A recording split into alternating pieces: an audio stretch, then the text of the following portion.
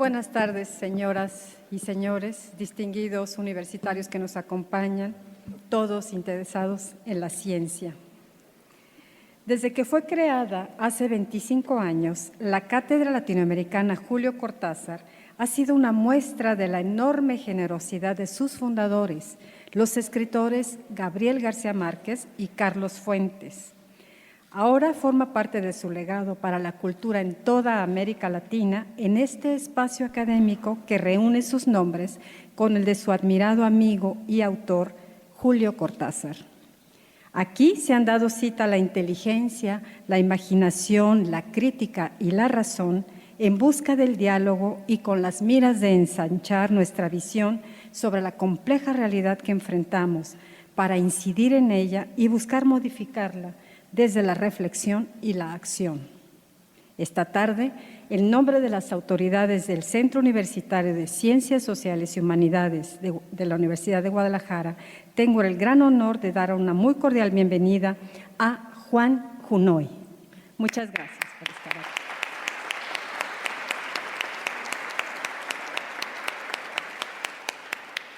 Él es biólogo marino de la Universidad de Alcalá de Henares y divulgador de la ciencia.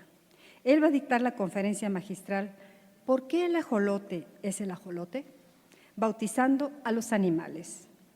La semblanza de nuestro invitado correrá a cargo del físico y divulgador de la ciencia, Juan Nepote. Por favor.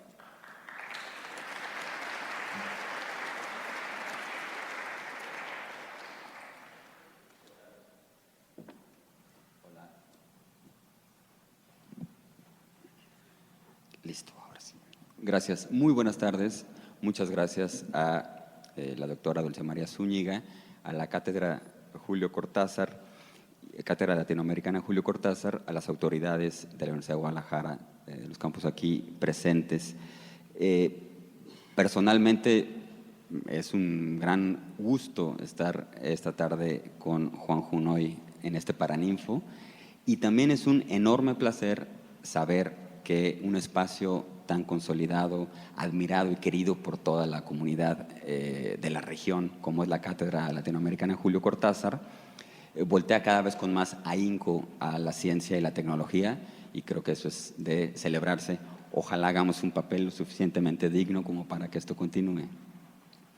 Para ocuparse de lo extraordinariamente grande y de lo extraordinariamente pequeño, los científicos como Juan Junoy dudan, observan, miden, clasifican, verifican, nombran.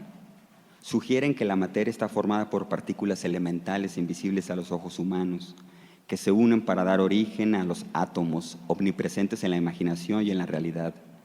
De las combinaciones de los átomos resultan las moléculas, es decir, la totalidad de los elementos químicos en su esplendorosa diversidad. Las moléculas se combinan para producir células, el fragmento de vida más pequeño capacitado para existir con independencia. Hay animales y plantas con una sola célula y otras, en cambio, con miles de millones de células especializadas en funciones específicas. Aquellas células que comparten un mismo origen, se organizan en tejidos y forman órganos que a su vez conforman sistemas especiales para la conservación de cada organismo. Según sus características, los organismos de la misma especie se congregan en poblaciones para garantizar más probabilidades de supervivencia y preservación. Forman manadas, poblaciones, comunidades, influenciadas por el medio en el que se desarrollan. Las relaciones entre comunidad de clima, temperatura o condiciones geológicas dan origen a los ecosistemas. Digamos, por ejemplo, atmósfera, esa serie de gases que envuelve a un planeta y mantiene su temperatura estable, que altera su superficie. A cada planeta los científicos lo piensan acompañados de otros semejantes, además de soles, satélites, asteroides, cometas. Estos sistemas planetarios forman galaxias, miles de millones de estrellas, gases, polvo y materia oscura, agrupadas en cúmulos abismales. Las distancias entre las galaxias de un cúmulo son del rango de decenas de miles de años luz, pero las separaciones entre cúmulos pueden ser 1000 veces mayor. Así que para los científicos, nombrar es una de sus actividades favoritas. Nombrar algo nos permite comprenderlo, aprehenderlo. Los científicos juegan a ponerle nombre a su curiosidad. El físico inglés John Seaman solía decir que la mayor parte de los científicos mantienen una curiosidad desbordante e insaciable, pero también poseen otras cualidades: inteligencia, persistencia e intuición imaginativa. Cualidades que comparten artistas y científicos, y el lazo que los une posiblemente sea la imaginación, como inquiere Guy Davenport cuando dice: la línea que divide la naturaleza de la cultura es la imaginación. Octavio Paz lo dijo de otra manera: la imaginación es la facultad que descubre las relaciones ocultas entre las cosas. No importa que en el caso del poeta se trate de fenómenos que pertenecen al mundo de la sensibilidad, en el del hombre de ciencia de hechos y procesos naturales. Un buen ejemplo de ese tipo de coincidencias lo podemos encontrar en un prodigioso libro que viene a cuento esta tarde porque se titula Ajoloteada y fue publicado cuando el Fondo de Cultura Económica aún hacía libros para lectores exigentes. Allá en 2011, con el apoyo del Instituto Nacional de Antropología e Historia, la extraordinaria puesta en página de Alejandro Magallanes y Ana Alba. Los coordinadores de aquella obra, el científico social Roger Bartra y el literato Gerardo Villadelángel Viñas, concitan a científicos y artistas para aproximarse desde distintas avenidas al ajolote, ese extraño animal que tiene paralizado el poder metamórfico, aunque parece dotado de una extraordinaria fuerza metafórica, dicen en la introducción. Reúnen entonces desde el misionero franciscano Fray Bernardito de Sahagún al jesuita Francisco Javier Claviguero o a esos portentos de la Ilustración que son Francisco Hernández, José Antonio Alzate, hasta científicos contemporáneos como Stephen Jay Gould, una sugerente reunión de historia natural, mitología y sobre todo literatura en torno al ajolote. Por ejemplo, de Primo Levi leemos: en ciertos lagos de México vive un animalejo de nombre imposible, un poco parecido a la salamandra. Desde hace no sé cuántos millones de años vive allí tranquilo y como si nada, pero sin embargo es el titular y el responsable de una especie de escándalo biológico, porque se reproduce en estado de larva. José Emilio Pacheco retoma la frase de Paul Celan, el ajolote es nuestro emblema, para nombrar así unos versos que dicen: bajo el suelo de México verdean eternamente pútridas las aguas que lavaron la sangre conquistada. Nuestra contradicción, agua y aceite, permanece a la orilla y aún divide como un segundo Dios todas las cosas, lo que deseamos ser y lo que somos. Elegir el nombre de un animal, nos recuerda Juan Junoy, conferencista de esta tarde, implica darle entidad, clasificarlo atendiendo a sus relaciones de parentesco en un esquema filogenético. Y como evidencia de ello, ha elegido el nombre del ajolote para invitarnos a un recorrido infinito por territorios y biografías. En ese libro que acabamos de recordar, también es posible escuchar con los ojos a Juan José Arreola decir: pequeño lagarto de jalea, gran gusarapo de cola aplastada y orejas de pólipo coral, lindos ojos de rubí, el ajolote es un lingam de transparente alusión genital. Bien, pues Arreola está emparentado filogenéticamente con Julio Cortázar. Como todos sabemos, autor de un cuento paradigmático en torno a un ajolote y el Jardin des Plantes, y bueno, no daré el spoiler, sobre todo si Juan lo va a retomar más adelante, a quien la Universidad de Guadalajara rinde homenaje permanente, Cortázar, con esta cátedra. Bien, el primer editor de Cortázar fuera de Buenos Aires, cuando iniciaba su recorrido literario, fue precisamente el jalisciense Juan José Arreola, quien publicó en México el volumen de cuentos Final de Juego dentro de su colección Los Presentes en 1954. Cortázar, lo mismo que sus admirados cómplices Ítalo Calvino y Raymond Queneau, fue un minucioso explorador de textos de ciencia, en los que encontró espejos de todo tipo desde donde le fue posible reconocerse.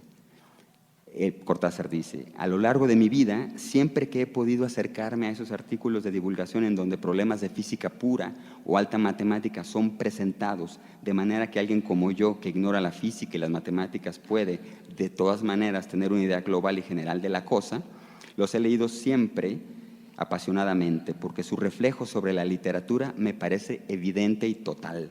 Estoy contento de haber hecho ese turismo de la ciencia, contestó en una entrevista.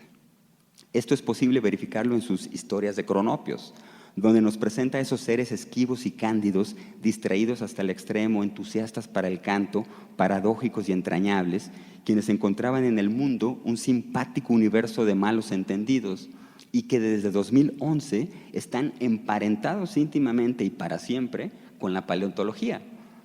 En la provincia de Río Negro, en la Patagonia Argentina, aquel año, unos científicos localizaron cráneos y mandíbulas fósiles completas con una edad entre 94 y 95 millones de años, pertenecientes a algún mamífero desconocido hasta ese momento, posiblemente una especie que formaba parte de cierto grupo animal ya extinto.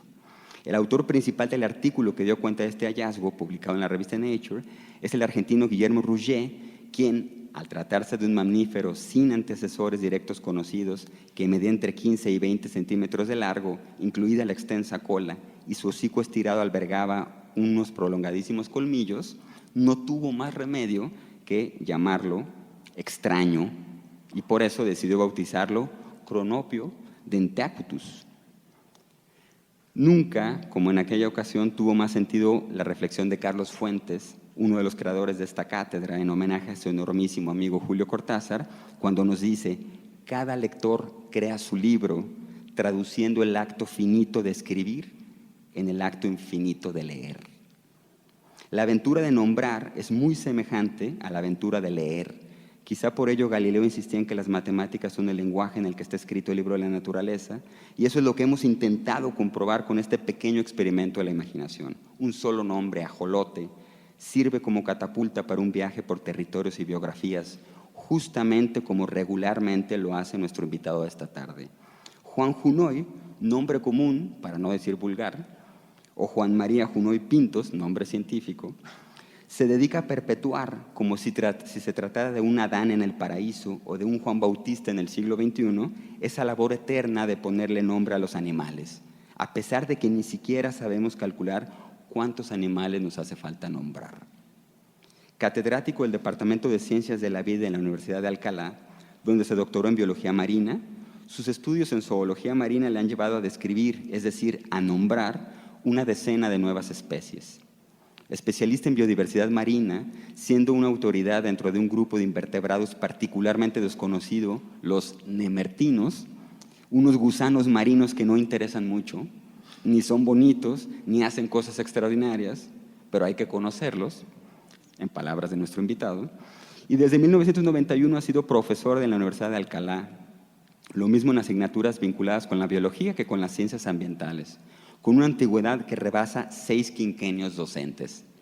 El doctor Juan Junoy ha estudiado los impactos antropogénicos de las mareas negras y las construcciones costeras sobre las comunidades marinas. Ha participado en numerosas campañas oceanográficas y ha realizado estancias de investigación en la School of Natural Sciences en Liverpool, en la Harvard University y en la Universidad Regional Amazónica IQIAM en Ecuador, así como en la base antártica española Gabriel de Castilla en la Antártida. Actualmente dirige el grupo de investigación en biodiversidad marina del Franklin Institute y es miembro de la Cátedra de Parques Nacionales y del grupo de expertos del Inventario de Hábitats y Especies Marina en España. Su investigación, recogida en cerca de un centenar de libros y artículos científicos, ha sido avalada por la Agencia Nacional de Evaluación de la Calidad y Acreditación, que le ha reconocido 30 años de investigación de calidad. El doctor Junoy es un científico atípico, no solo por el extraordinario talento con el que ha desarrollado una carrera científica de primer orden a nivel mundial, así como por la pasión con la que se dedica a labores docentes con un éxito inusitado, al grado tal que ha llegado a ser necesario desinhibir el que los estudiantes busquen matricularse en los cursos que imparte. Juan Junoy es un científico atípico también porque ha apostado con alegría y vehemencia por la divulgación científica. Con entusiasmo inusual entre los académicos, debemos recordar que así en España como en México, las actividades de divulgación científica no aportan méritos docentes ni de investigación a quienes las realizan. Es decir, divulgar la ciencia en España y en México no representa beneficio alguno para los investigadores que deben dedicar buena parte de su tiempo a reunir puntos y calificaciones para que les permitan seguir adelante con sus proyectos. Así que un poco a contracorriente, Juan Junoy ha puesto en marcha una serie de actividades de divulgación científica en prácticamente todos los medios de comunicación, labor por la cual obtuvo el Premio de Divulgación Científica de la Universidad de Alcalá en la categoría fórmula más original e innovadora para difundir la ciencia entre la sociedad. Bajo el mérito de su participación en programas radiofónicos y otros canales de comunicación con el fin de difundir la ciencia de una manera amena y didáctica. Todo ello lo hace con un ingrediente fundamental para tener éxito: el sentido del humor. Una de las dimensiones más importantes de la inteligencia, como podemos constatarlo en las intervenciones del Dr. Hunoy como miembro del grupo de monologuistas científicos Big Bang, o con preguntas del tipo: ¿en qué se parece Sharon Stone a un nemertino, aquel gusano al que habíamos dicho que no tenía ninguna gracia? Respuesta que espero se aclare posteriormente. Esta cualidad propia de nuestro invitado tiene su origen, el sentido del humor, posiblemente en una condición muy particular de sus ocupaciones académicas. Juan Hunoy es catedrático de Biología Marina en la Universidad Española más alejada del océano. Aunque esto quizás no represente problema alguno, la ciudad de Houston está muy lejos de la Luna y, sin embargo, desde ahí controlaron el transporte terrestre que alunizó hace medio siglo en aquellos rumbos. Cuando el doctor Hunoy descubrió un invertebrado nemertino, uno de los varios que ha nombrado, le decidió colocar el mote de Linnaeus aquitifrons, como un homenaje al dibujante gallego Andrés Meixide, porque fue el primer dibujante que recogió el descubrimiento y que lograba con su humor que todos nos riésemos, recuerda nuestro invitado. Bienvenido seas entre nosotros, Juan, en este país de Juanes, donde nunca nos olvidamos de Juan Diego, ni de Juana de Asbaje o Juan Escutia, donde al menos en cada estado existen 10 municipios que en su nombre llevan la palabra Juan, y en donde cada año organizamos más de 200 festividades populares alrededor de un Juan. Si hacemos caso al Instituto Nacional Electoral, en México habitan unas 3,000 personas que se llaman exactamente igual: Juan Hernández Hernández. Lo que nos hace recordar ese refrán que seguramente encierra alguna enseñanza profunda o algún misterio ontológico, y que con su conferencia magistral de esta tarde, ¿por qué el ajolote es el ajolote?, quizás logremos descifrar. De todos modos, Juan, te llamas. Muchas gracias. Gracias, muchas gracias.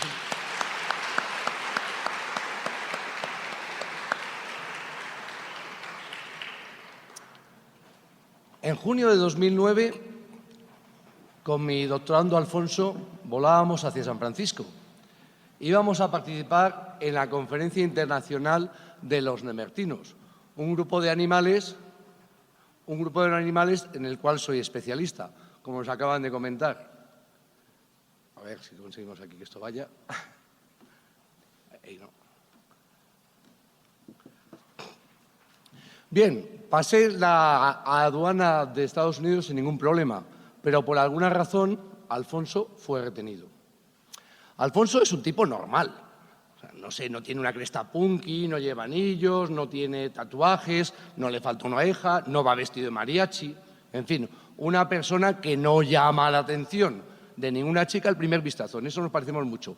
Yo lo consigo más porque ni al segundo ni al tercer vistazo llamo la atención de nadie. Pero bueno, ¿qué le vamos a hacer? Un poco preocupado, me quedé esperándole. Claro, viajábamos juntos. Y al cabo de un buen rato aparece, con una cara de alivio. No te vas a creer lo que me ha pasado. Oye, ha llegado un gringo, me ha cogido el pasaporte y me ha dejado allí encerrado. Y al cabo de un rato llega y dice: mire, sabemos que usted está tratando de entrar ilegalmente en Estados Unidos con este pasaporte español.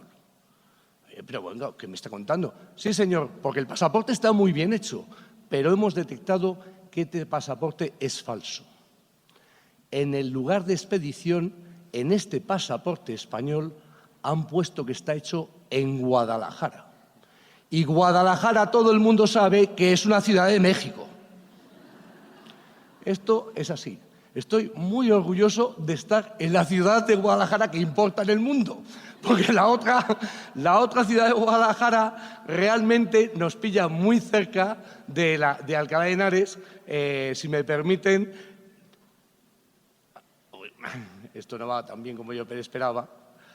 La otra ciudad de Guadalajara está muy cerca de Alcalá de Henares. Si me permiten la historia, pues ahí tenemos, ya saben que los españoles tenemos un gen invasor, y tenemos un pequeño virreinado en esa zona, en la ciudad de Guadalajara.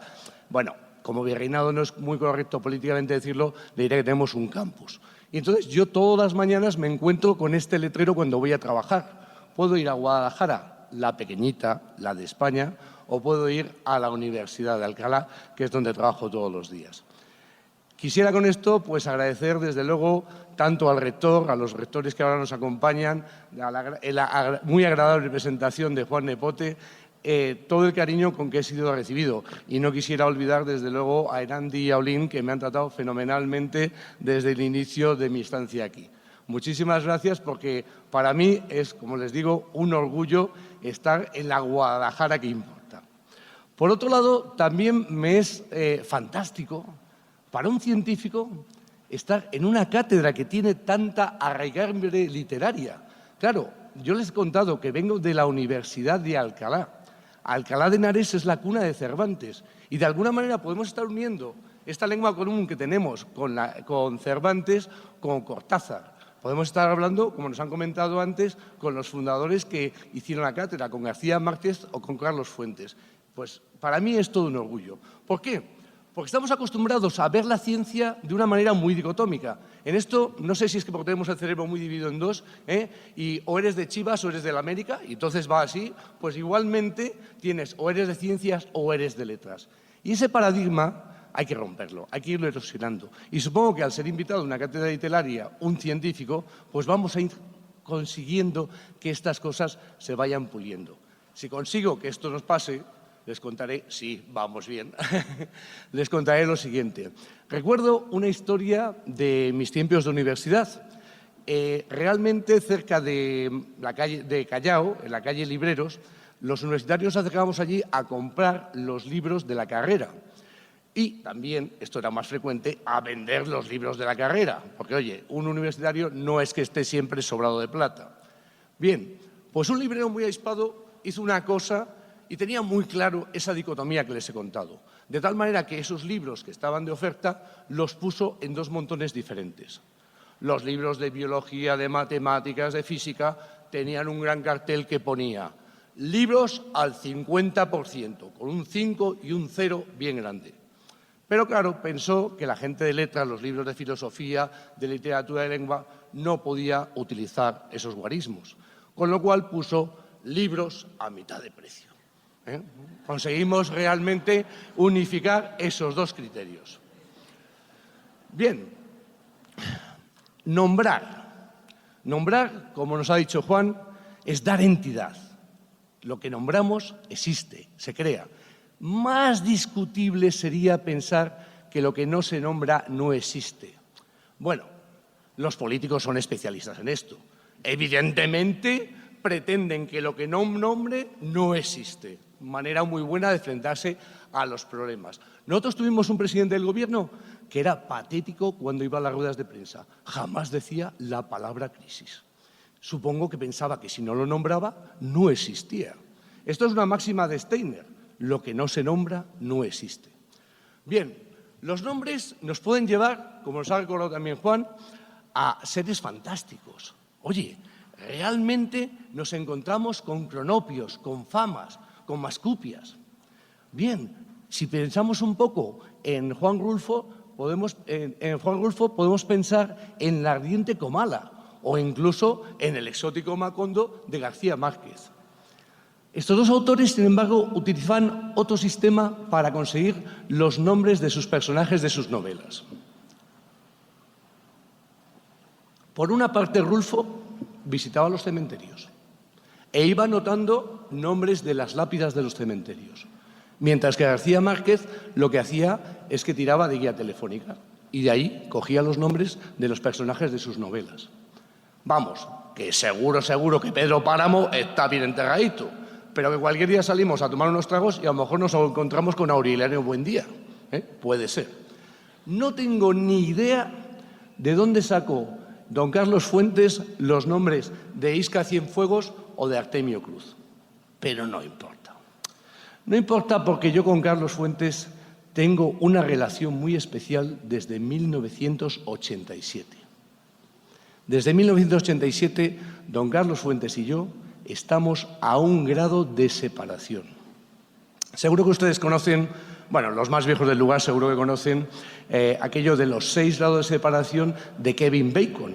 Bueno, realmente todos los actores del mundo estaban relacionados de una manera u otra con Kevin Bacon con 6 o menos grados de separación. Seguramente ahora con las redes sociales se acortaría muchísimo más este tipo de relaciones.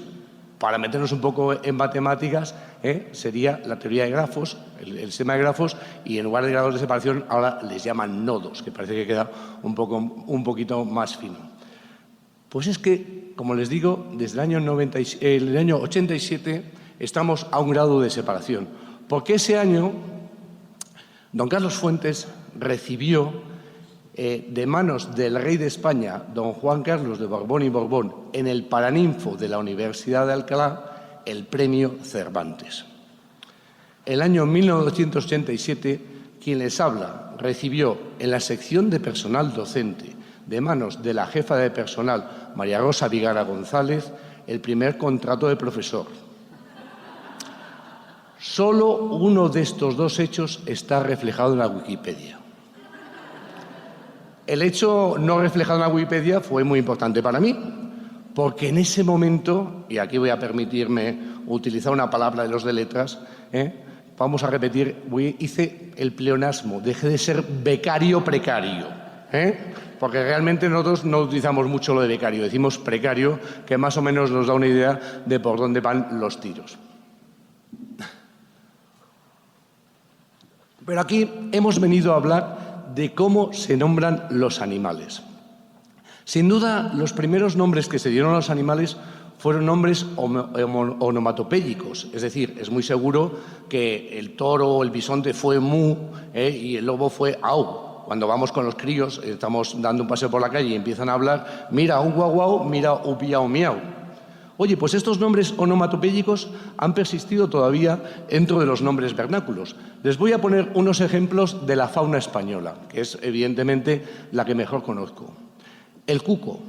El cuco es una ave bastante curiosa, porque hace algo que a lo mejor a algunos padres les gustaría. Dejan los hijos en el nido, los huevos los pone en un nido de otra especie y se olvida totalmente de la cría. De hecho, es una ave parásita, ¿no? Pone el huevo y se olvida. Se van a sorprender. El cuco hace cucu, cucu. Sorprendente, ¿verdad? Bueno, pues es realmente el sonido del cuco. Una ave coronada, una ave con copete, la bubilla.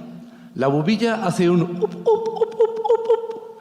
Y sus nombres son aliteraciones de ese sonido. Tenemos bubilla, puputa, upupa, bubilla, abubilla. Todos esos nombres se refieren un poco a ese sonido que hace este ave. Fíjense, una única especie y les he dado 4 o 5 nombres vernáculos. Esto pasa mucho en el mundo de la pesca. En España tenemos un pescado bastante sabroso, mayor que una sardina, que llamamos de una manera general caballa. Pero si usted va al País Vasco, es verdella. En la cornisa cantábrica puede ser verdel. Si va uno a Galicia, es una rincha. Y si va al sur, a Andalucía, un tonino. Y en la costa valenciana es un escombro. Y si va a la zona catalana es una sarda. La caballa tiene 47 nombres diferentes en España. 47 nombres diferentes. Comprenderán que esto, un poquito de lío con los nombres de las especies, sí que tenemos. Muy ligado a los nombres de las especies apareció la clasificación de los animales. La primera clasificación que podemos comentar es la clasificación aristotélica. Aristóteles vio los animales de una manera muy sencilla, una vez más dicotómica. Animales con sangre, animales sin sangre. Ya está, ahí se acabó. Fíjense, parece algo muy antiguo, ¿no?, pensar en Aristóteles. Esa misma clasificación, o casi parecida, persiste todavía en la enseñanza de la zoología. Y tenemos costumbre de hacer una clasificación tan poco natural como esa. Animales vertebrados y animales invertebrados. Zoología de vertebrados, zoología de invertebrados. Un poquito más adelante, Plinio clasificó los animales en función fundamentalmente del hábitat que ocupaban, de tal manera que todos los animales acuáticos eran peces. Bueno, el pez más grande, la ballena, y también eran peces, por ejemplo, el pulpo o el calamar. Pero estando en una cátedra de literatura, tendré que hablarles de alguna clasificación literaria. Y así nos vamos a referir a la que menciona Borges en el idioma analítico de John Wilkins. Ahí nos habla de una enciclopedia china ignota y muy misteriosa que tiene un título delicioso: Emporio Celestial de Conocimientos Benévolos. Bueno, pues dentro del Emporio Celestial de Conocimientos Benévolos nos habla de 14 categorías de animales. Una de ellas, muy importante, es animales que pertenecen al emperador. Bueno, vamos bien, por lo menos tiramos para casa. Animales embalsamados, animales que se vuelven como locos. Y esta que me encanta es animales que vistos de lejos parecen moscas. Está muy bien.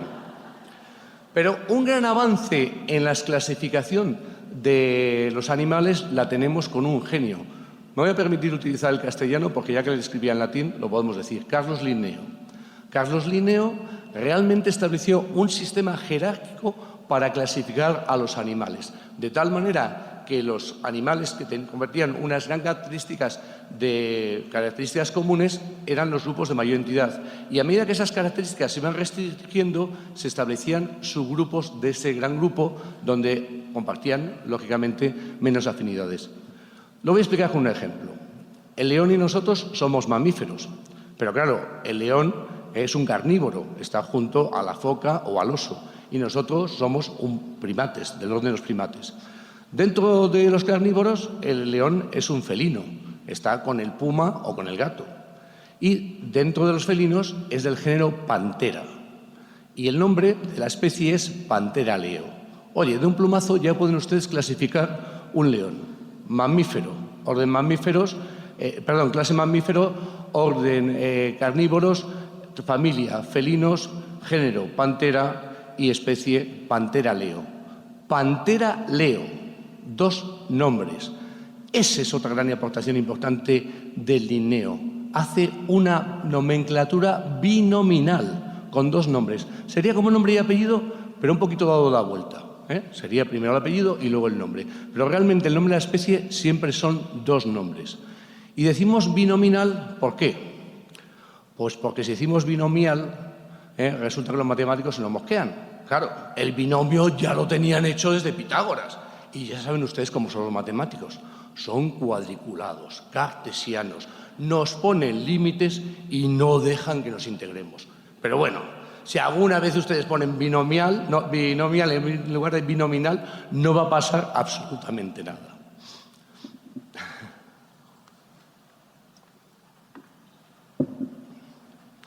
Bueno, el sistema de Linneo era un sistema que era muy sencillo y muy eficaz.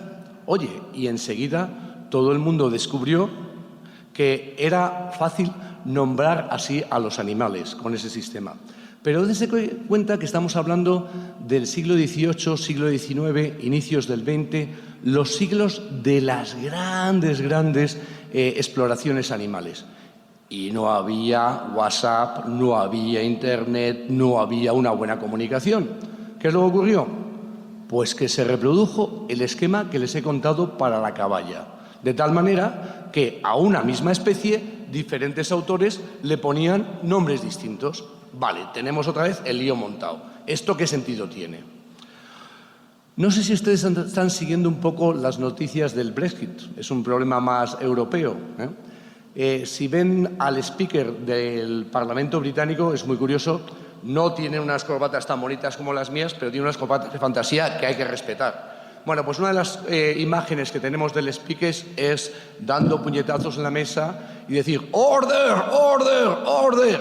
Pues efectivamente, hubo un paleontólogo inglés que decidió, vamos a ver, ¡Order! ¡Order! Vamos a poner orden a este follón que tenemos aquí montado.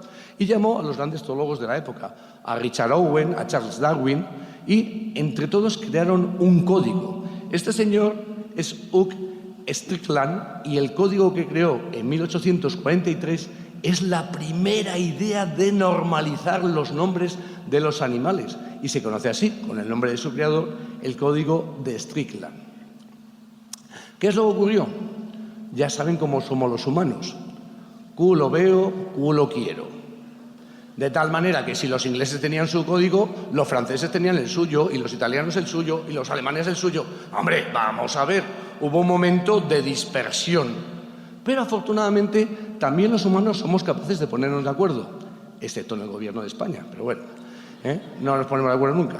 Bueno, pues lo que ocurrió es que en 1905 se creó la primera comisión que creó el Código Internacional de Nomenclatura Zoológica, donde ahí vienen las normas para nombrar a los animales. Yo el código ese lo tengo en la mesilla de noche. Lo pueden descargar ustedes de internet. Es ideal contra el insomnio. Lees 2 hojas, caes frito, pero seguro. Pero bueno, yo les voy a explicar un poquito algunas normas muy sencillas. En primer lugar, todo aquel jaleo de que una misma especie tenía diferentes nombres. Bien, el que se llevó el gato al agua fue el primero, el principio de prioridad. El primer autor que había dado el nombre de la especie, ese es el nombre que se quedaba esa especie. ¿De acuerdo? La idea del código era crear un sistema único. Todas las especies tenían un solo nombre, universal. Yo digo aquí pantera leo, lo puedo decir en Nueva Zelanda y lo puedo decir en la China. El pantera leo siempre va a ser el león, ¿de acuerdo? Y además estable, siempre va a ser pantera leo. Esos serían los 3 principios básicos. ¿Cómo se nombran los animales? Bueno, cuando uno encuentra una especie y piensa que es nueva, lo que hace es designar un tipo. Ese se llama holotipo. Es decir, todas las especies están basadas en un ejemplar, en un único ejemplar. Ese ejemplar tiene que ser depositado en una colección científica, normalmente en un museo. Y además tiene que ser publicado en una revista científica. Ya les digo que el código tiene 200 páginas, lo pueden leer.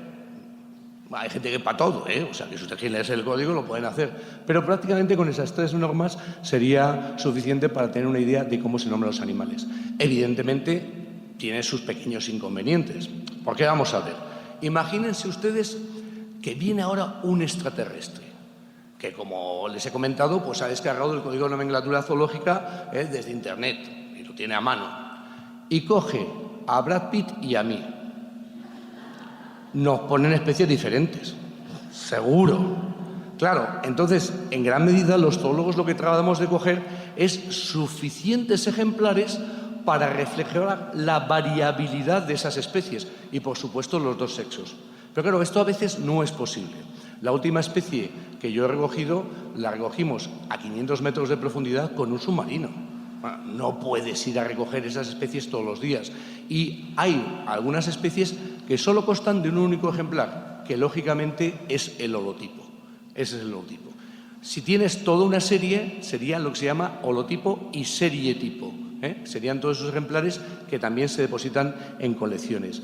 Cuando pensamos en un museo, a veces pensamos que los museos son solamente lugares de exhibición. No, los museos de ciencia son bancos, son custodios. Custodian toda esa biodiversidad y tienen realmente toda una parte de atrás donde hay, sobre todo, es curioso porque es todo lleno de armarios, donde se guardan estas colecciones. Y luego suelen tener un par de laboratorios para que los investigadores vayamos y trabajemos sobre el material que tengamos allí. La publicación científica, bueno, estamos en un entorno universitario, no voy a hablar mucho de ellos, de las publicaciones científicas, pero evidentemente malas noticias para los influencers. No vale colgarlo en YouTube, no vale ni ser un Instagramer, no. Tienes que pasar por una publicación científica para describir una nueva especie. Y aquí les voy a comentar una cosa. Ya tenemos un poquito de confianza, la hemos cogido en este ratito que está hablando. Yo practico el oficio más antiguo del mundo. Algunos que se nos ríen por ahí no sea mal pensado. El oficio más antiguo del mundo es el que practicaba Adán en el paraíso, dar nombre a los animales. Pues eso es lo que hacemos los zoólogos, damos nombre a los animales. Por cierto, volvemos a hablar de la cátedra literaria, que esta historia de dar nombre a los animales ha inspirado a un premio Nobel de literatura. Hizo un poema y además lo cantó. Bob Dylan, Man Gives Names to All the Animals. Yo le recomendaría que entrara en YouTube esta noche y pusieran la versión de Joaquín Sabina. Es alucinante. Hizo unas traducciones con unas cosas maravillosas. Pero bueno, ¿qué le vamos a hacer? Bien. Sabiendo todo esto, ¿cómo nombramos a los animales los zoólogos? Podemos hacer lo que nos da la gana. Está bien, ¿eh? Seguimos el código y ya está. Pero como en un desfile de modas tenemos tendencias. Voy a hablarles de las tendencias. La primera tendencia sería la tendencia característica. La característica normalmente suele ser una característica morfológica, aunque no siempre. Y aquí tenemos que volver a recurrir al alma mater de esta cátedra, a don Julio Cortázar. Julio Cortázar, en los diarios de Andrés Fava, nos dice que nos encomendemos a los unicornios y a los tritones. Bueno, pues nos encomendaremos a los unicornios. Precisamente, y aquí he visto algunos amigos, ayer estuve en el ITESO hablando de unicornios. Entonces vamos a seguir hablando, algo les avancé, pero no tanto. Como íbamos a hablar de animales y de los nombres de los animales, aquí vamos a, y ellos ya saben que los unicornios, o el unicornio por excelencia, era el rinoceronte. Pues el rinoceronte tiene un nombre tan morfológico como rinoceros unicornios, es decir, rinoceros, el que tiene un cuerno en la nariz, y unicornios porque evidentemente tiene un único cuerno. Pero como bien vimos ayer, la mayor parte de lo que se vendía como cuernos de como cuernos de unicornios era el diente del narval, esa ballenita que bueno, dio tanto que hablar o tanto juego nos dio para comentarlo ayer. No sé si nos vamos a acabar ahogando aquí aprovechando el narval, porque yo veo que hay unas gotas por ahí muy divertidas, pero bueno. Bueno, pues si se fijan en el nombre del narval es monodón, único diente, monoceros. Bien, pero Julio Cortázar nos dijo que nos encomendáramos a unicornios y tritones. Ustedes tienen aquí un género de tritones muy interesante, el género Ambystoma. Y Ambystoma significa boca roja. 16 especies son endémicas de México. Pero vamos a dejar un poquito para más adelante hablar del Ambystoma, que nos va a dar mucho juego seguro.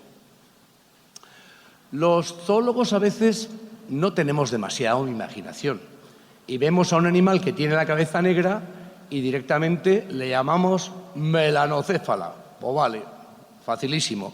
De tal manera que si nos encontramos una gaviota con la cabeza negra, Larus melanocephalus.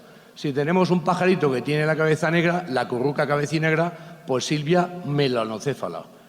Y bien, un nemertino que tiene la cabeza negra, también le llamamos Tetrastema melanocéfala. Cosa muy original, por cierto. ¿Y qué dirían ustedes si les comento que hay una amante del rocío del vientre negro? A mí se me va la vista, se me nubla. Estoy pensando en una bailarina de los 7 velos con un erótico ombligo volviéndose aquí. La amante del rocío del vientre negro. Bonito, ¿eh? La amante del rocío del vientre negro ha hecho mucho por todos nosotros, porque nos ha explicado bastante la genética. La amante del rocío del vientre negro, la próxima vez que la encuentren ustedes metida en la fruta, la van a tomar con más cariño. Es la Drosophila melanogaster, es decir, la mosca del vinagre, esa que tienen ahí. Nombre bonito, ¿no? No me van a decir ustedes que la cosa no está nada mal.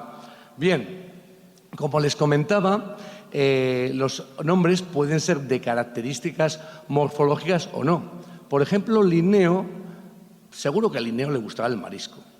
Y entonces a especies comestibles las llamó edulis, es decir, comestible, sabroso. Entre ellas tenemos el mejillón o la ostra, Mytilus edulis, ostra edulis, comestibles. En Europa tenemos también el boleto. Linneo también trabajó en la parte de botánica, aunque el boleto sea un hongo, y el hongo es Boletus edulis, comestible. E incluso, como les comentaba antes, Linneo también se dedicó a organizar un poco el mundo de las plantas. Muchas de esas plantas se utilizaban en farmacia, en las boticas. Bueno, llamémosle, para entendernos, oficinas de farmacia. De tal manera que muchos epítetos eran officinalis, Está puesto en muchísimas hierbas, ese epíteto, officinalis. Pero también hay un animal que tiene el epíteto de officinalis. Ese animal es la sepia. La sepia se utilizaba su concha machacada como un remedio, como una fuente de calcio, y se vendía también como medicamento. Sorprendentemente, todavía hay, me niego a llamarlo medicamento, compuestos que alguien dice que cura basados en la sepia. Son compuestos homeopáticos. Pero vamos, si a alguien le interesa, hay compuestos homeopáticos del muro de Berlín. Me parece que tiene la misma eficacia uno como otro y este vaso de agua. O sea, se pueden ahorrar ustedes un poco si olvidan un poquito la cuestión homeopática. Cuando voy con mis alumnos a la playa, encontramos un animal muy curioso, la lapa zapatilla. Y se llama lapa zapatilla porque ya saben cómo son las zapatillas, las que nos dan en los hoteles a veces, las que podemos tener en casa. Nos tapan los dedos, tienen un pequeño peralte. Bueno, Crepidula es el género y se llama Crepidula fornicata. Bien, esto tiene interés porque la verdad es que la Crepidula fornicata tiene una vida sexual muy divertida y muy curiosa. Resulta que todas estas lapas se amontonan unas encima de otras. Parece una orgía. Algo de ello tiene. Cambia de sexo. La lapa que está más abajo es una hembra y es la más grande y la más antigua, de más edad. La que está arriba del todo es un macho.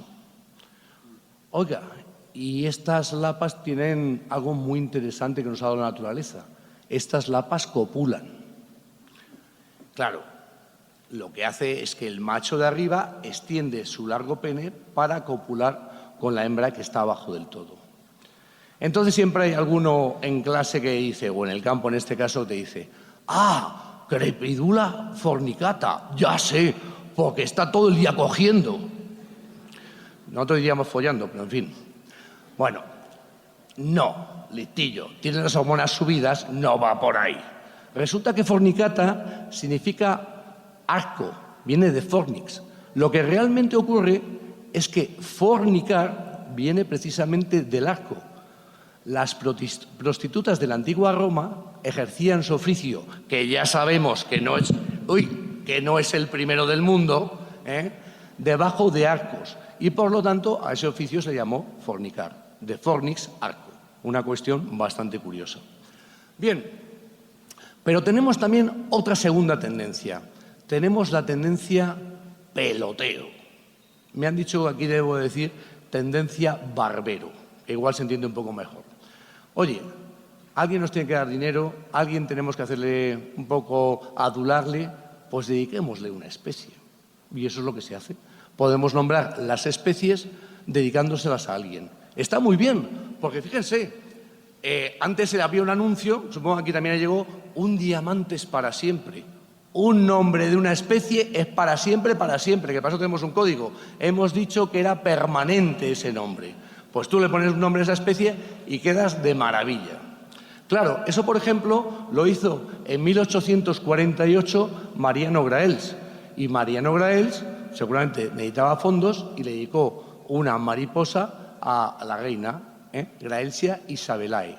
Está bien, la mariposa más bonita de España a la reina más fea. Está bastante bien el asunto. Pero podemos, por ejemplo, hablar... Un momento. Podemos hablar de alguna persona que va a... Bueno, o si es un americano, pues lo va a dedicar al presidente Obama. El presidente Obama tiene nada más y nada menos que 14 especies dedicadas. Van desde una araña hasta un pequeño pez. Tiene ese nombre dedicado. Ustedes, si encuentran alguna araña en San Juan del Río, ¿qué nombre le pondrían? Pues seguramente el personaje más famoso de San Juan del Río. Y efectivamente, esa araña lleva el nombre de Eutebiza panchovillai. De Pancho Villa, sí. Esa araña es así. Edward Wilson es un personaje de Harvard, trabaja mucho en ecología, es el que trabaja mucho con las hormigas. Fue uno de los causantes de que utilicemos tanto el término biodiversidad, lo introdujo normalmente en los medios de divulgación.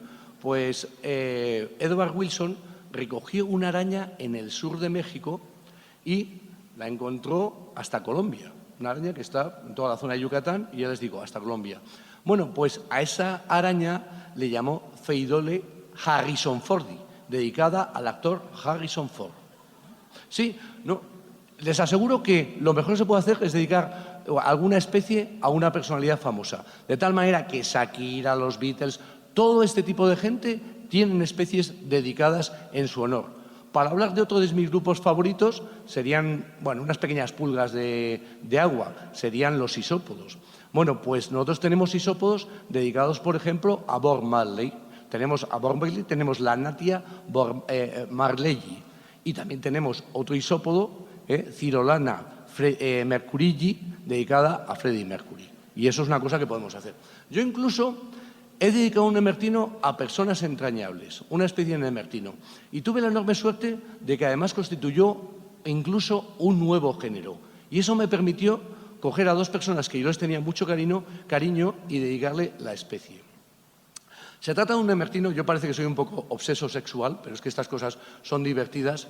Un nemertino que vive dentro de un animal que se llama una ascidia, una especie de pequeño botijito.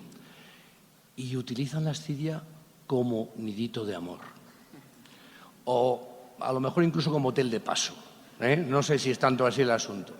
Porque la verdad es que se montan unas orgías. Hemos encontrado hasta 14 individuos, 2 hembras o una hembra, y lo demás todo machos. Allí todos liados y montándose unas cosas increíbles. Bueno, pues ese nemertino, que es el que tienen ustedes ahí, ese nemertino se llama Vieitecia por José Manuel Viéitez, mi director de tesis y mi compañero en la Universidad de Alcalá durante 30 años. Y luego se llama Luz Murube por Luz Murube, una chica espectacular que primero fue mi alumna, luego me acompañó en las campañas de muestreo y que desgraciadamente, muy joven, se la llevó un cáncer. Entonces, para mí, perdón,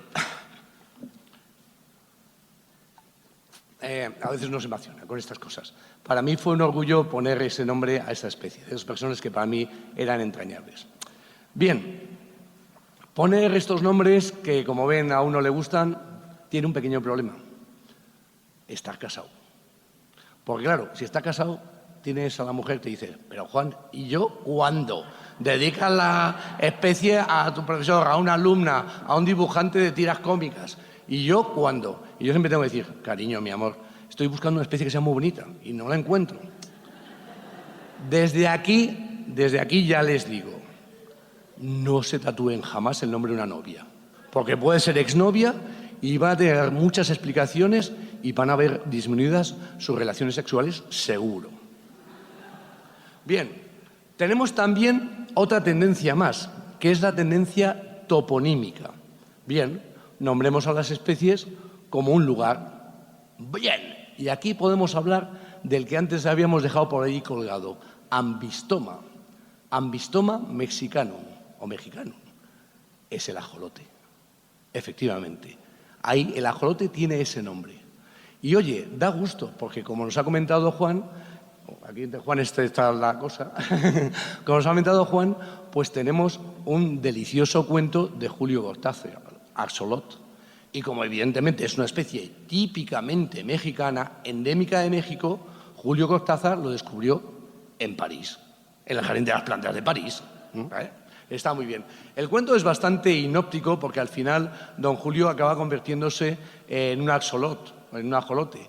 Y de tal manera que tiene algo un poco de kafkiano, parece el cuento de la metamorfosis y parece que va a ser un Gregorio Samsa el que va a aparecer por allí. El nombre común de ajolote, por lo visto, proviene de solot. Aquí me van a disculpar ustedes porque yo meterme con este público a hablar de mitología azteca igual meto la pata hasta el fondo, pero en fin. Esto lo he sacado de un poema de Octavio Paz que precisamente se titula Salamandra. Bueno, pues Solot es el hermano gemelo de Quetzalcóatl y bueno, la verdad es que no le molaba nada ser sacrificado para el quinto sol, la verdad que las cosas como son, y sufre diferentes transformaciones hasta que finalmente se va al agua y entonces se convierte en ajolote, axolot, el monstruo del agua, el monstruo marino. Pero el ajolote, fíjese, ustedes lo tienen muy presente, pero en biología lo tenemos súper presente, porque es el típico ejemplo de neotenia, es decir, un adulto que presenta características juveniles. Se puede reproducir y tiene, sin embargo, las características juveniles que son esas características 3 pares de branquias típicas de los ejemplares jóvenes. Claro, neotenia. A alguno le llevará a pensar, ostras, yo lo pienso, mi hijo es neoténico. Es adulto y se pasa todo el día viendo Netflix, aquí, no hace más, comportamiento de niño pequeño. Bueno, no he venido a hablar de mis problemas personales, pero en fin. Pues sí, esos son comportamientos neoténicos. Cuando uno tiene características de juvenil, cuando ya es un adulto hecho y derecho, hombre, que podría dedicarse a otras cosas. Dentro del ajolote, incluso en la presentación, les había comentado en la presentación que mandé que teníamos un primo europeo. Y efectivamente tenemos algo parecido. Tenemos también una salamandra que tiene branquias en estado adulto.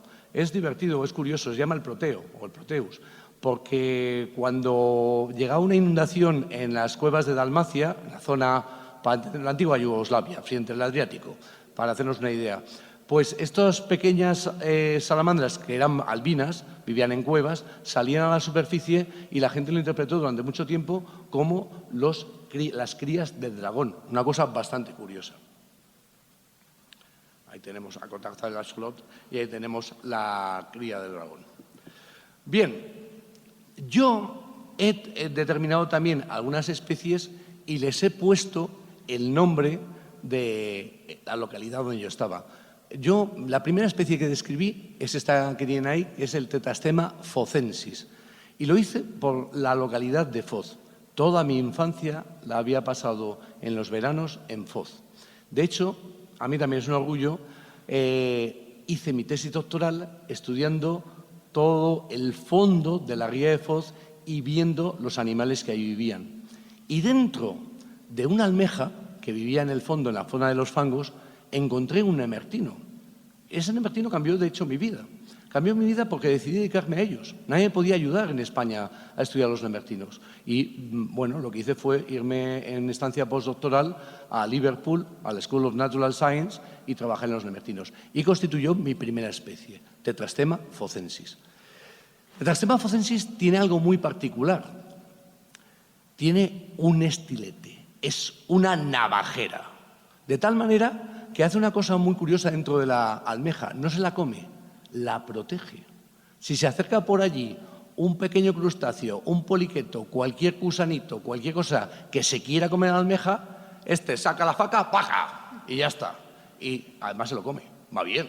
Oye, consiguen realmente una relación mutua de beneficiosa para los dos. Uno encuentra refugio, está por el fango, debe ser un poco guarreras, y el otro lo que hace es pincharle. Un poco lo que comentaba antes nuestro amigo Juan Epote, que parecían a Sharon Stone con el picador de hielo. Pues exactamente igual. Hay nemertinos que tienen picador de hielo para ir a atravesar a las víctimas y luego, evidentemente, comérselas. Tengo algunas dudas si una especie de escarabajo depredador que se llama Elliptoleus tequila se debe a que está acogido aquí al lado en la localidad de Tequila o al que al autor le gustaba mucho la bebida. No se rían porque esto ha pasado de hecho. Fíjense, una científica brasileña, Diva Diniz Correa, en los años 60 hizo una estancia en los Estados Unidos, claro, años 60, y le encantó la Coca-Cola. Le encantó, claro, no es como ahora que está la Coca-Cola en cualquier sitio. Y decidió nombrar a un nemertino con el nombre de Zygonemertes Coca-Cola. Estupendo. Oye, una cuestión de generosidad de la Coca-Cola. La Coca-Cola se enteró y le mandó una cajita. Está bien, ¿eh? Creo que el balance se vio muy descompensado en aquel año. Mucho más reciente en 2010, Bill Shear, el señor que tienen por ahí, pues descubrió un milpies en Tennessee y lo llamó Scoterpes jardinieri, por el Jack Daniels. No me consta que los de Jack Daniels le hayan mandado ni siquiera un tapón de una botella. Pero bueno, cosas que puede ocurrir. Fíjense, con Zygonomyrtes coca-colae y con Scoterpes jardinieri iniciamos la última tendencia que les voy a contar de los nombres científicos. Y es que es la tendencia friki. Sí, sí. Hay científicos que son a toda madre, muy divertidos, y pueden poner cualquier nombre que se les ocurra. Por ejemplo, Charles Hawke trabaja con unas moscas hematófagas, comen sangre, del género Marruina.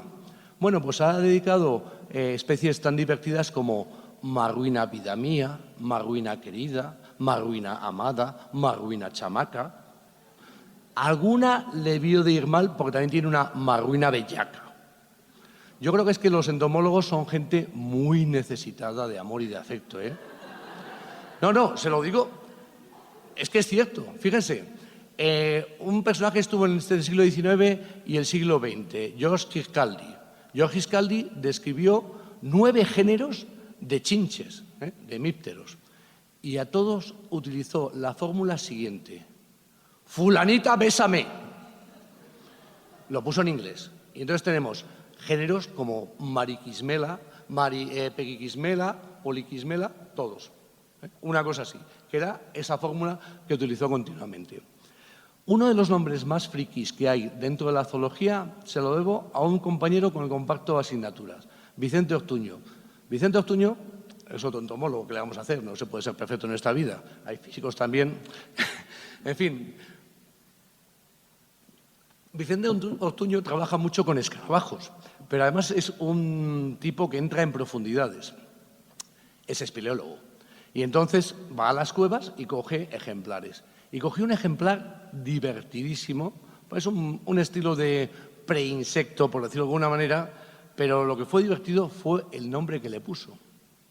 Le puso Volundrapix smigol, es decir, la criatura Smigol, o el hobbit Smigol, que cuando se hace malo, porque está poseído por el anillo, se convierte en el Gollum. Y efectivamente, las dos criaturas, que son de una misma especie, recibe ese ejemplar que tenemos ahí y que él encontró en unas cuevas del Levante español.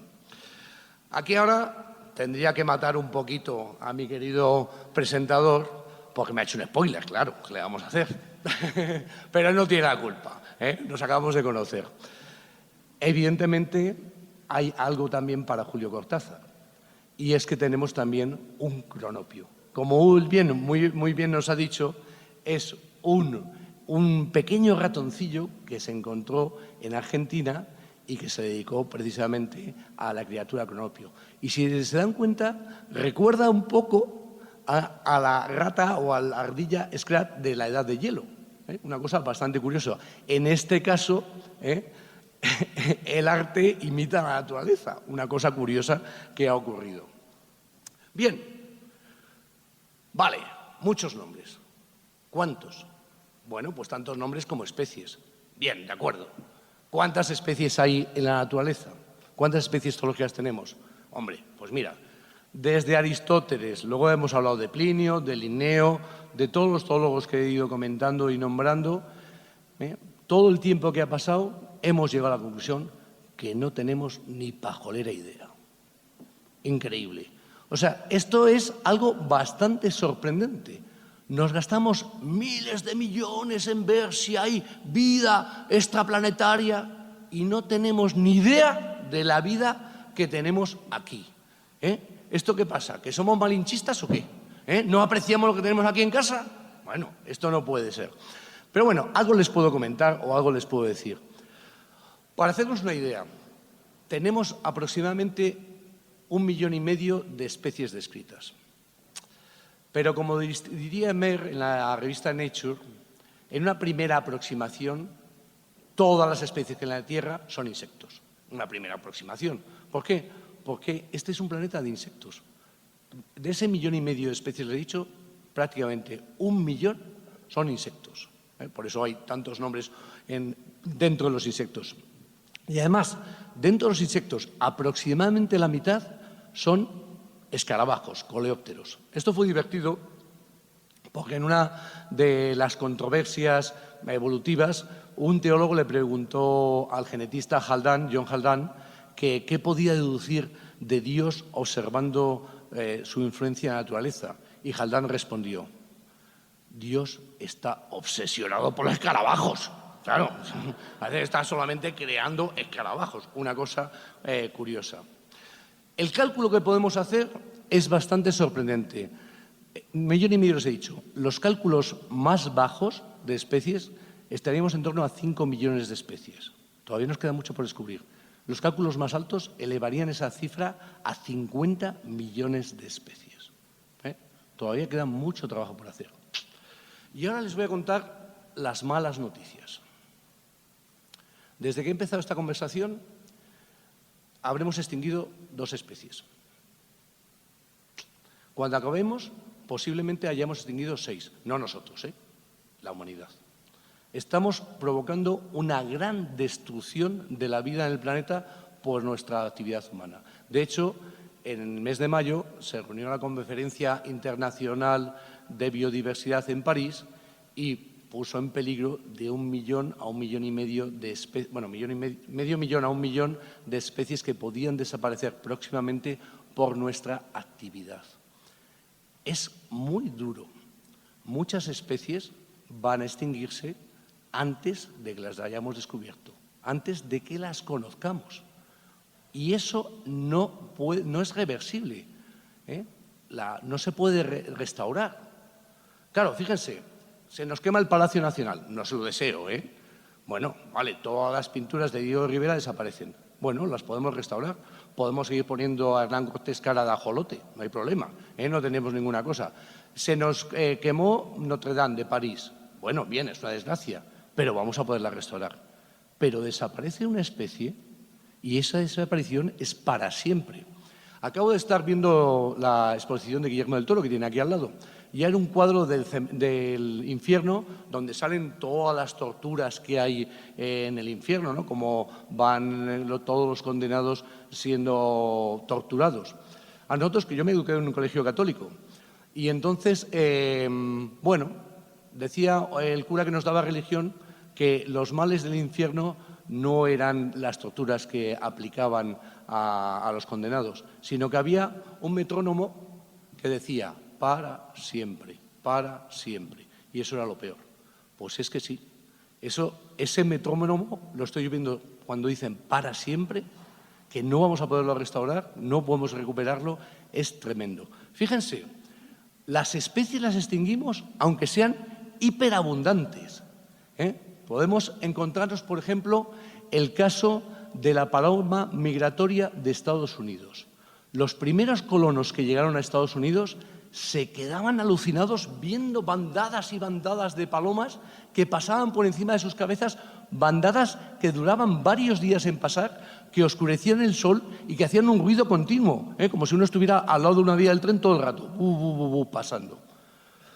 Bueno, se cazó indiscriminadamente, se talaron los árboles donde criaban y hacia 1870 se calcula que todavía quedaban unos 168 millones de palomas mensajeras. 1870.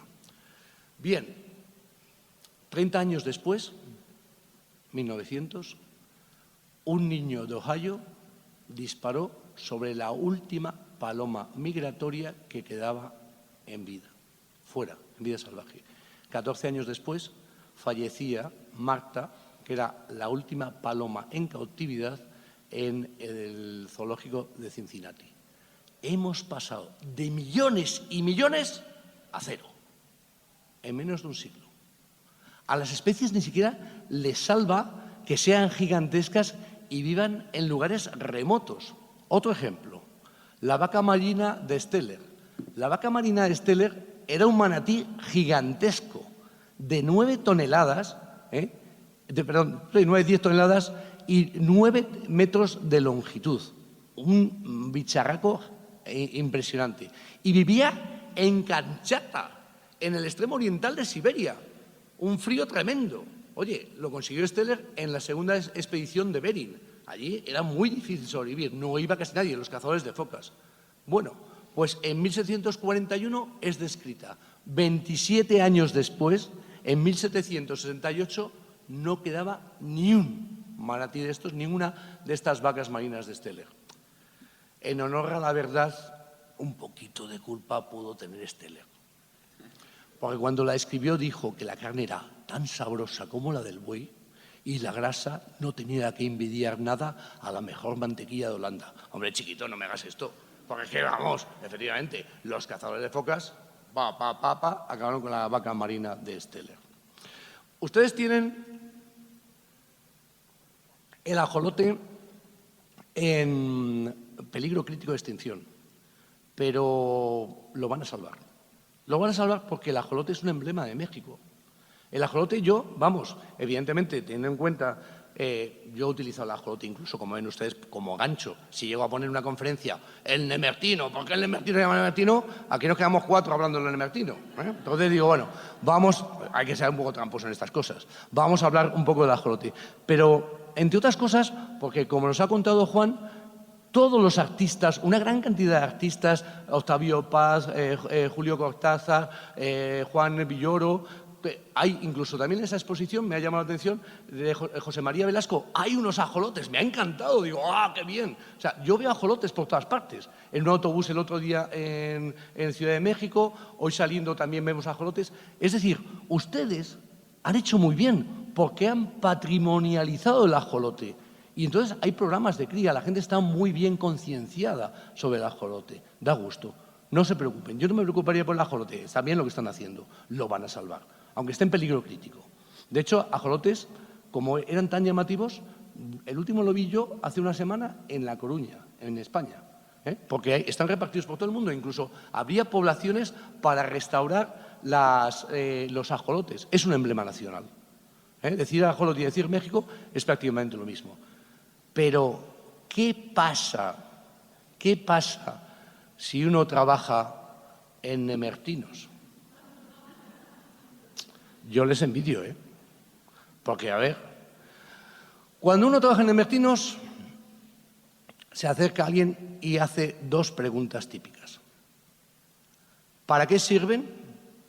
Y la segunda, ¿se comen? Entonces yo cojo el genio, doy otro puñetazo en la mesa y digo, bueno, ¿y para qué sirve entender cómo se construyó Teotihuacán? ¿Para qué sirve saber cómo se construyeron las cabezas olmecas? ¿Para qué sirve la música de Vivaldi? ¿Para qué sirve Chavela Vargas? ¿Para qué sirve Rayuela? No, Rayuela no, perdón, me he lanzado. No quería decir Rayuela, perdón. Bueno, todo esto, ¿para qué sirve? Bueno, realmente, luego me calmo, luego me pongo un poco más normal. El conocimiento nos llama la atención como especie humana, nos gusta conocer las cosas, pero es que además las especies que pensamos que no sirven para nada, pues están jugando su papel. Hay un juego, supongo que lo conocerán por aquí, el Jenga, que es construir una torre con piececitas y uno va quitando una pieza, otra pieza, otra pieza.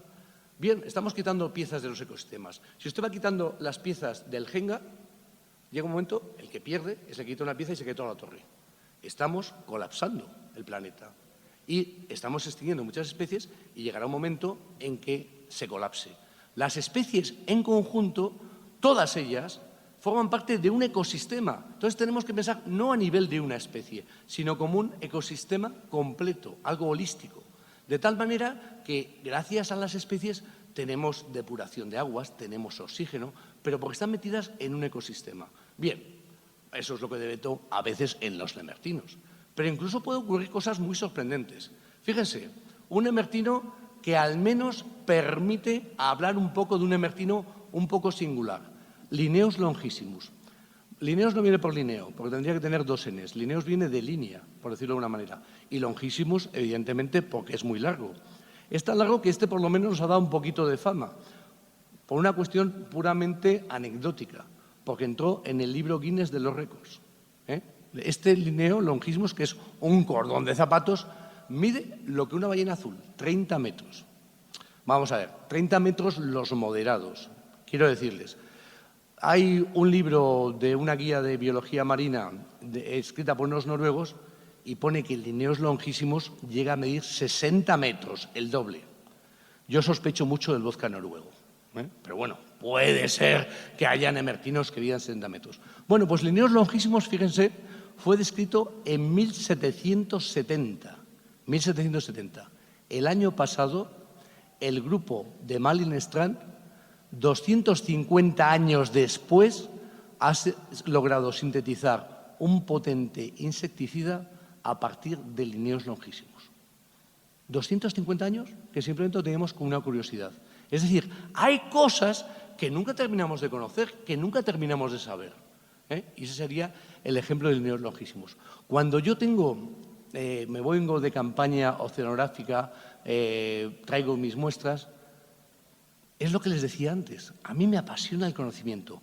Coger la placa Petri, coger la lupa, ponerla encima y ver lo que hay allí y decir, ostras, esto está complicado. Y coger un libro y buscar otra cosa y ver, a mí me atrae muchísimo. Son cosas que uno dice, me llaman, me apasiona. Vivimos en el único planeta que hay vida. Conocer cada especie de esa vida, se lo garantizo, es apasionante. Muchas gracias.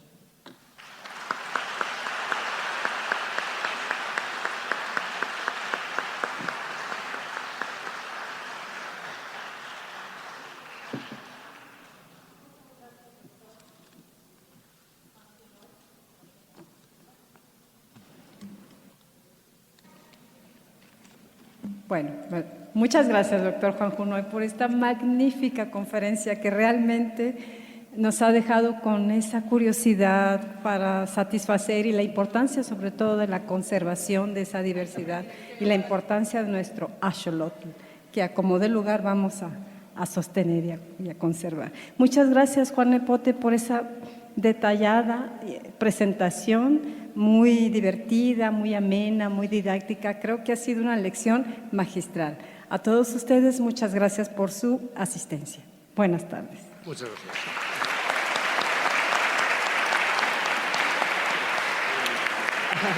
Esa